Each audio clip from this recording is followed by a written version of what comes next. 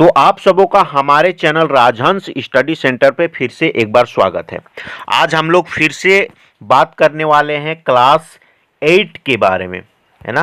Class 8 अगर हम लोग देखें तो विषय होने वाला है साइंस, विज्ञान। और चैप्टर की बात करें तो चैप्टर नंबर जो है वो है 6। और हम लोग यहाँ पे देखें JCERT। और इस पुस्तक में अगर हम लोग देखें चैप्टर नंबर 6 में तो यहाँ पे दिया गया है बल और दाब। और बल और दाब में जितने भी अभ्यास के प्रश्न दिए गए हैं उनमें से 10 प्रश्न जो है वो हमने पिछले वीडियो में बनाया हुआ है, पिछले वीडियो में आपको बताया हुआ है। अगर वो वीडियो आप नहीं देखे हैं तो इस वीडियो के डिस्क्रिप्शन पे उसका लिंक दिया गया है, वहां से आप क्या कर सकते हैं, उस वीडियो को देख सकते हैं। उनमें से आपको उस वीडियो में आपको 10 क्वेश्चंस के जवाब जो है प्रॉपर तरीके से आपको मिल जाएगा, बहुत ही बेहतरीन तरीके से वहां पे आपको बताया गया है। आज हम लोग बात करने वाले हैं इस चैप्टर के अगले प्रश्न के बारे में।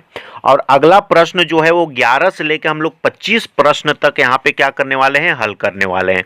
क्योंकि पिछले वीडियो में हम लोग पहला प्रश्न से लेकर 10 प्रश्न तक हमने हल किया था। आज हम लोग 11 से लेकर 25 नंबर तक के प्रश्न को क्या करेंगे, सॉल्व करेंगे, उसका उत्तर जो है वो जानेंगे। तो बिना देर किए हम लोग चलते हैं और जानते हैं वो तमाम प्रश्नों को जो हमने क्या किया था, पिछले वीडियो में छोड़ा था। तो 11 नंबर में क्वेश्चंस दिया है, क्या द्रव्य द्वारा लगाया गया दबाव आधार के क्षेत्रफल पर निर्भर करता है। उत्तर आपको देना है हाँ, द्रव्य द्वारा लगाया गया दबाव आधार के क्षेत्रफल पर क्या करता है, निर्भर करता है। आपको इस प्रकार से आंसर इसका देना है। अगला क्वेश्चन अगर हम लोग देखें 12 नंबर का क्वेश्चन, क्या द्रव्य का दाब गहराई पर निर्भर करता है, तो कैसे। तो लिखेंगे हाँ, द्रव का दाब गहराई पर निर्भर करता है। जब हम किसी द्रव्य जैसे पानी में नीचे की ओर जाते हैं तो ऊपर की परतों का भार नीचे की परतों पर पड़ता है, इसी कारण गहराई बढ़ने पर दबाव भी क्या होता है, बढ़ता है। तो इसका आंसर आपको कुछ इस प्रकार से लिखने हैं। अगला क्वेश्चंस देखें 13 नंबर के क्वेश्चंस, और इसमें जो दिया गया है, बल के विभिन्न प्रभावों का उल्लेख कीजिए, है ना। तो बल के प्रभाव निम्नलिखित हैं, जो आपके किताब में दिया गया है वही यहाँ पे क्या किया है, लिखा गया है। विराम अवस्था में स्थित विद्युत वस्तु को गतिशील कर सकता है, गतिशील वस्तु को विरामावस्था में ला सकता है, वस्तु की चाल में परिवर्तन कर सकता है, वस्तु की दिशा में परिवर्तन कर सकता है, वस्तु की आकृति में परिवर्तन कर सकता है।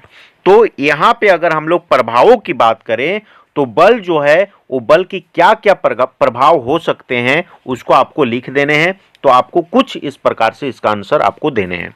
अगला क्वेश्चंस की अगर बात करें हम लोग 14 नंबर की क्वेश्चंस, तो 14 नंबर पे आप देख सकते हैं, बल के विभिन्न प्रकारों का वर्णन करें, है ना।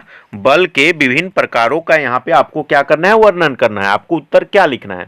बल साधारणतः 5 प्रकार के होते हैं जो निम्नलिखित हैं। ये आपकी किताब में भी दिया गया है, आप पढ़े होंगे तो आपको यह स्पष्ट होगा। अब वो 5 प्रकार के का यहाँ पे क्या करना है, वर्णन करना है। पहला अगर हम लोग देखें तो पहला मांसपेशीय बल। मांसपेशियों द्वारा लगाया गया बल को हम लोग क्या बोलते हैं, मांसपेशीय बल बोलते हैं। घर्षण बल या घर्षण, दो सतहों के बीच रगड़ के कारण उत्पन्न बल को हम लोग क्या बोलते हैं, घर्षण बल बोलते हैं। चुंबकीय बल, चुंबक द्वारा लोहे जैसे वस्तुओं पर लगाया गया बल को हम लोग क्या बोलते हैं, चुंबकीय बल बोलते हैं। स्थिर विद्युत बल, स्थिर आवेशों के बीच लगाने वाला बल को हम लोग क्या बोलते हैं, स्थिर विद्युत बल बोलते हैं।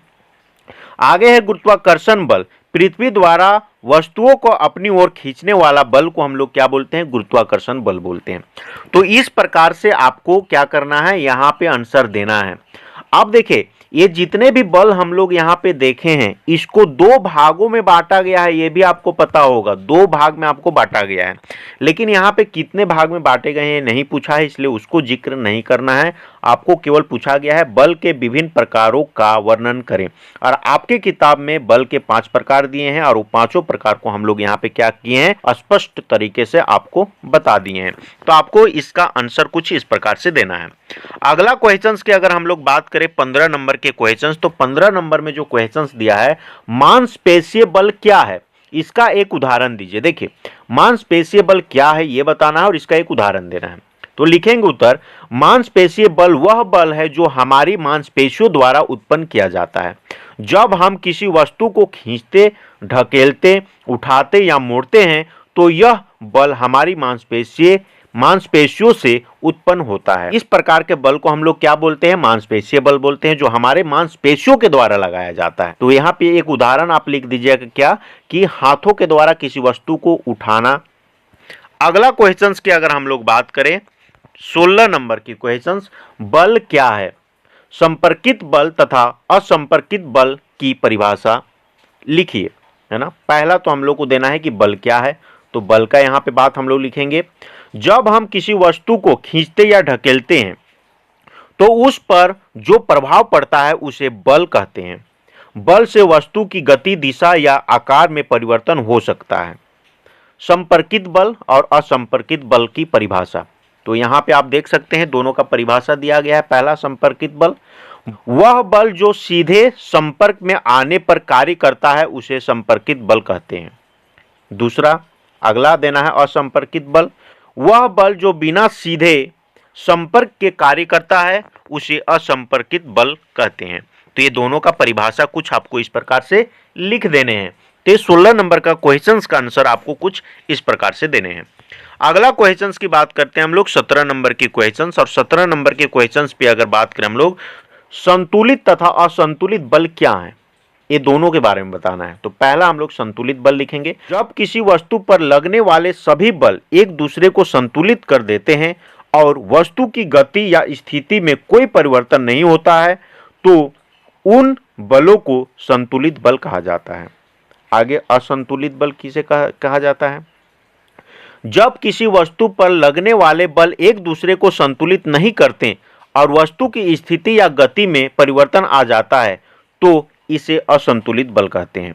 तो ये दोनों के बारे में यहाँ पे स्पष्ट तरीके से लिखा गया। आपको कुछ उत्तर में इस प्रकार से लिखना है, संतुलित बल और असंतुलित बल क्या है उसको आपको यहाँ पे क्या करना है, बताना है ना। कई लोग क्या करते हैं, लगातार आंसर लिख देते हैं, संतुलित तथा असंतुलित बल क्या है पूछा है, लिखना स्टार्ट किए और अंत कर दिए। नहीं, आपको एक एक पॉइंट लिखना है। पहले संतुलित बल लिखना है, उसका परिभाषा देना है, उसके बाद असंतुलित लिखना है, उसका आपको देना है कि वो क्या है, वो आपको प्रॉपर ढंग से लिखना है ना। लगातार नहीं लिखना है, आपको डिफाइन करना बहुत जरूरी है कि ये संतुलित बल का है और ये असंतुलित बल का है। आप इसे टेबल बना के भी लिख सकते हैं। एक तरफ आप संतुलित लिख सकते हैं, यहाँ पे एक संतुलित लिख दिए, असंतुलित लिख दिए, और इसका जो भी परिभाषा है वो इधर लिख देंगे और इसका जो परिभाषा है वो यहाँ पे लिख देंगे। ऐसे भी हम लोग बना सकते हैं, या तो आप ऐसे भी बना सकते हैं जो यहाँ पे बना हुआ है। आपको जैसा इच्छा करे आप वैसे क्या करेंगे, अब बनाएंगे। अगला क्वेश्चंस पे अगर हम लोग बात करें 18 नंबर के क्वेश्चंस पे, तो आप देख सकते हैं, एक धारदार चाकू धारहीन चाकू की अपेक्षा वस्तुओं को आसानी से काटता है, क्यों? इसका उत्तर देना है। एक धारदार चाकू धारहीन चाकू की अपेक्षा वस्तुओं को आसानी से काटता है क्योंकि धारदार चाकू का क्षेत्रफल बहुत कम होता है, जिससे उस पर लगाया गया बल कम क्षेत्रफल पर केंद्रित होता है और परिणाम स्वरूप दबाव अधिक होता है। तो आपको इसका आंसर जो है कुछ इस प्रकार से लिखने हैं। ये जितने भी आंसर हमने आपको बता रहे हैं ये आपके किताब के अनुसार दिया गया है, और ऑफलाइन क्लास में जितने भी बच्चे इस टॉपिक को पढ़े हैं उनको प्रॉपर तरीके से ये सारे क्वेश्चंस के आंसर समझ में आ रहे होंगे। जो किताब नहीं पढ़े हैं उनको थोड़ा सा यहाँ पे कन्फ्यूजन हो रहा होगा, या तो समझ में नहीं आ रहा होगा कि ये क्षेत्रफल क्या होता है, बल क्या होता है, कैसे वो केंद्र में प्रभाव डालते हैं, कैसे दाब जो है वो अधिक पड़ता है। तो ये उनको थोड़ा सा नहीं समझ में आ रहा होगा, लेकिन चैप्टर को पढ़ने से आपको सारे चीज़ क्या होंगे, क्लियर होंगे, और उसी के अनुसार आपको यहाँ पे सारे आंसर के जवाब जो है वो दिए जा रहे हैं।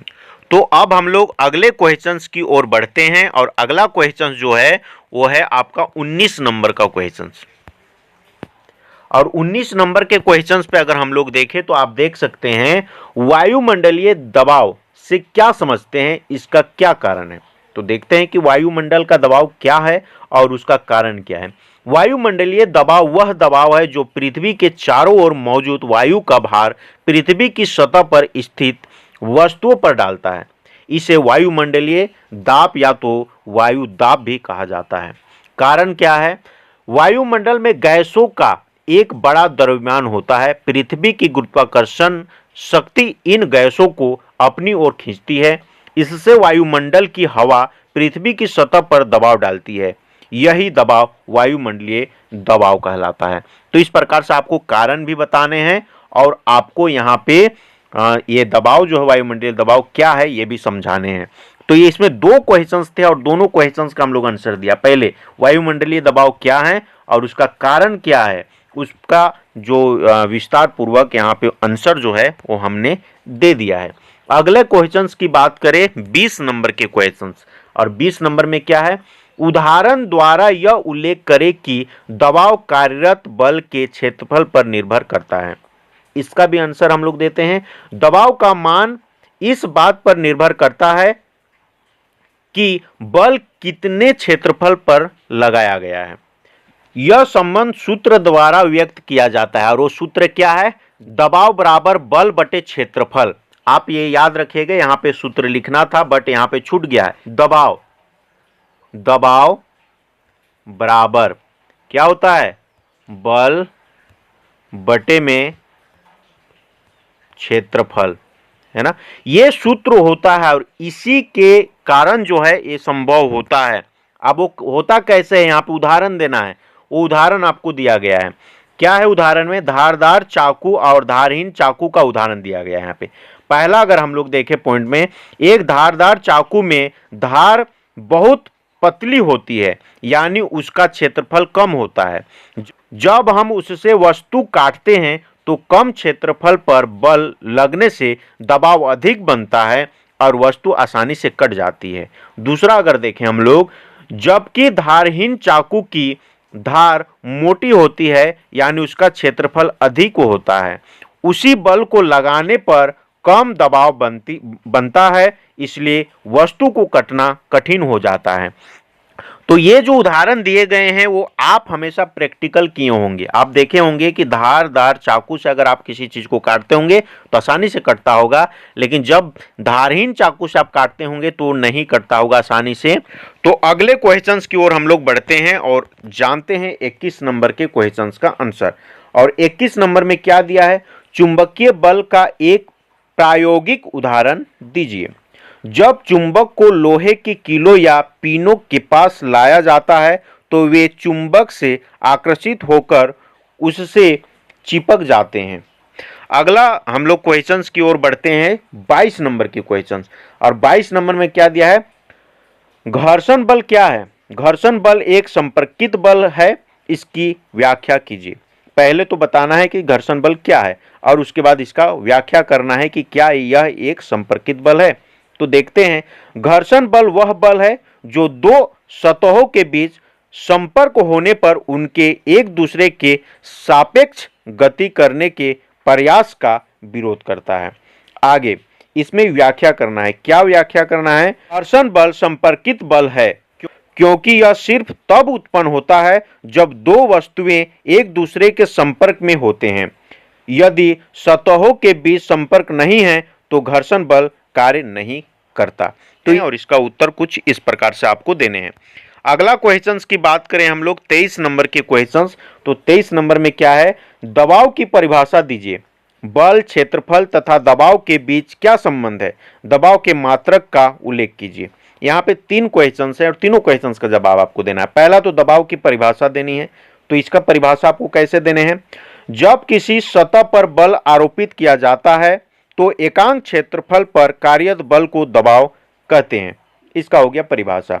इसका संबंध बताना है। संबंध में क्या है, दबाव बल के समानुपाती होता है ना। दबाव जो है वो बल के समानुपाती होता है और दबाव क्षेत्रफल के व्युत्क्रमानुपाती होता है। तो ये संबंध भी हमने क्या किया, बता दिया। दबाव, बल और क्षेत्रफल का संबंध भी यहाँ पे बताया गया है। संबंध में आप देख सकते हैं समानुपाती और व्युत्क्रमानुपाती। तो यहां पे आप देख सकते हैं संबंध। अब इसका अगला क्वेश्चन मात्रक का उल्लेख करने बोला है, तो मात्रक भी आप देख सकते हैं। और मात्रक में क्या दिया, दबाव का मात्रक। एसआई प्रणाली के दबाव का मात्रक पास्कल होता है। जैसे 1 पास्कल बराबर 1 न्यूटन प्रति वर्ग मीटर। तो इस प्रकार से आपको इसका मात्रक भी लिख देने हैं। अगले क्वेश्चंस की और अगर हम लोग चले 24 नंबर के क्वेश्चंस, 24 नंबर में क्या दिए गए हैं? स्कूल बैग में चौड़ी पट्टियां लगी होती है क्यों? स्कूल बैग में चौड़ी पट्टियां इसलिए लगी होती है ताकि कंधों पर दबाव कम पड़े। कैसे कम पड़े? देखिए, बैग में जो भी किताब कॉपी होते हैं वो क्या होते हैं? उसमें वजन होता है और उसका क्षेत्रफल किसमें होता है? वजन, दाब जो पड़ रहा है, किताब कॉपी रखें उसमें दाब पड़ रहा है, उसका क्षेत्रफल किसमें? उसका जो पट्टी होता है उसमें। अगर पतला रहेगा तो आपको क्या लगेगा? उसमें दर्द होना स्टार्ट हो जाएगा। इसीलिए उसका पट्टी चौड़ा होता है ताकि दाब जो है वो रहे और क्षेत्रफल ज़्यादा रहे तो दबाव क्या पड़ेगा? कम पड़ेगा, जिससे आपको दर्द नहीं होगी। इसलिए वहाँ पे क्या दिया रहता है? उसका पट्टी जो है वो क्या होता है? चौड़ा होता है। चौड़ा होने से क्या होता है? दाब जो है वो कम पड़ेगा और दाब कम पड़ने के कारण आपको कंधे में दर्द नहीं होगा, इसलिए दिया रहता है। अगर पतला पट्टी दे, अगर आप किताब कॉपी ले जा रहे हैं, आज के बच्चों का किताब कॉपी बैग का वजन देखिएगा काफ़ी ज़्यादा होता है, 5 किलो, 7 किलो, 10 किलो तक होते हैं। तो ज़्यादा दूर जाते जाते उनके कंधे में क्या होने लगेंगे? दर्द होने लगेंगे। इसलिए चौड़े पट्टी होते हैं जिससे क्या होता है? दबाव कम पड़ता है और उनको दर्द नहीं होता है। ये कारण जो है, इसलिए यहाँ पे बैग में क्या दिए रहते हैं? चौड़े पट्टी दिए रहते हैं। तो आपको यहाँ पे लिख देना है, स्कूल बैग में चौड़ी पट्टियां इसलिए लगी होती है ताकि कंधों पर दबाव क्या पड़े? कम पड़े। अगला क्वेश्चंस 25 नंबर के क्वेश्चंस, इस चैप्टर के लास्ट क्वेश्चंस। और 25 नंबर पे क्या है? हवा हमारे शरीर पर दबाव डालती है लेकिन हम इसका अनुभव नहीं कर पाते, क्यों? लिखेंगे, हवा हमारे शरीर पर चारों ओर से समान रूप से दबाव डालती है लेकिन हम इसका अनुभव इसलिए नहीं कर पाते क्योंकि हमारे शरीर के अंदर का दाब भी वायुमंडलीय दबाव के बराबर होता है। तो इसलिए हमको इसका पता जो है, इसका अनुभव जो है वो नहीं चलता है। तो इस प्रकार से बल एवं दबाव के जितने भी अभ्यास के प्रश्न दिए गए थे उसको एक एक करके हम लोग बेहतरीन तरीके से समझ चुके हैं। अगर कहीं पे आपको नहीं समझ में आया या किसी भी प्रकार की कोई दिक्कत आ रही है तो आप कमेंट सेक्शन पे कमेंट करके आप हमें पूछ सकते हैं, वहां पे आपको प्रॉपर तरीके से गाइड किया जाएगा। और अगर आपको ये पीडीएफ चाहिए तो आप लिंक और चैप्टर का नाम कमेंट सेक्शन पे कमेंट कीजिएगा, तो आपको लिंक उपलब्ध कराया जाएगा, वहां से आप इसे डाउनलोड कर सकते हैं और उपयोग में ले सकते हैं। तो इस वीडियो में इतना ही, फिर आपसे मुलाकात होगी एक अगले वीडियो में अगले चैप्टर के साथ। तब तक के लिए आपका बहुत बहुत धन्यवाद।